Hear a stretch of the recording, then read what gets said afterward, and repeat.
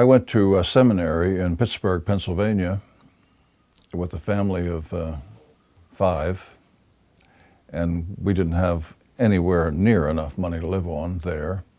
The people at home from the church where we were had given us some money along the way. And I went to the people at the seminary and said, could I find a church somewhere that I could be a pastor of and get some income? No, you don't have enough information right now. You're not very grown up about this. I said, well, okay, I'll do the best I can. And it got worse. And after a while, I went back and I said, do you think I could find a place where I could be a student pastor helping people? And he said, well, sure you can. Why didn't you come to me? I said, came to you a month ago, and you couldn't do it. Oh, I have one now, though. Would you like to go and try? I said, well, of course I would. It was a place called Morningside Presbyterian Church, not far from the seminary. I'll never forget the place. I was there 4 years as it came out. 4 years. Well, back up, because there's something strange. I had to go to the church to see if they would have me. They wanted to interview me and say, are you okay for this? And they also brought a man from down the street who had a church there, but he was ordained. He had a big deal. He could come and take care of the people for me and for the group here. And so he walked in the room, and he walked over to me. He says, Ben, how are you? And he gave me his name. And I said, oh, I'm okay. Yes, it's good to see you. Thank you very much.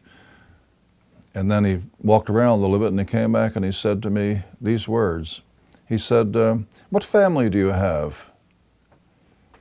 And I thought in my mind, my crazy mind, that he was asking if my father was a big deal at home, or I came from a very wealthy family and whatnot, and I couldn't get it all straight, and I was getting all down about it. And he's still looking at me. And I thought about it and said, my father told me one time, I wasn't telling him this, I'm saying it out to myself in what passes for my brain.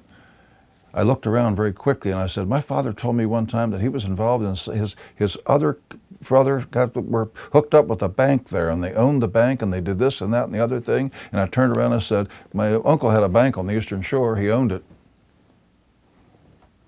And he looked at me like I was half crazy, which I was. All he wanted to know was, are you married? Do you have children? And I thought, what an idiot I am. I never forgot it. And when I tell that story to people, they laugh and laugh and laugh. And they can laugh all they want because it was really quite stupid. But you know, that guy never, ever made a statement to me about that.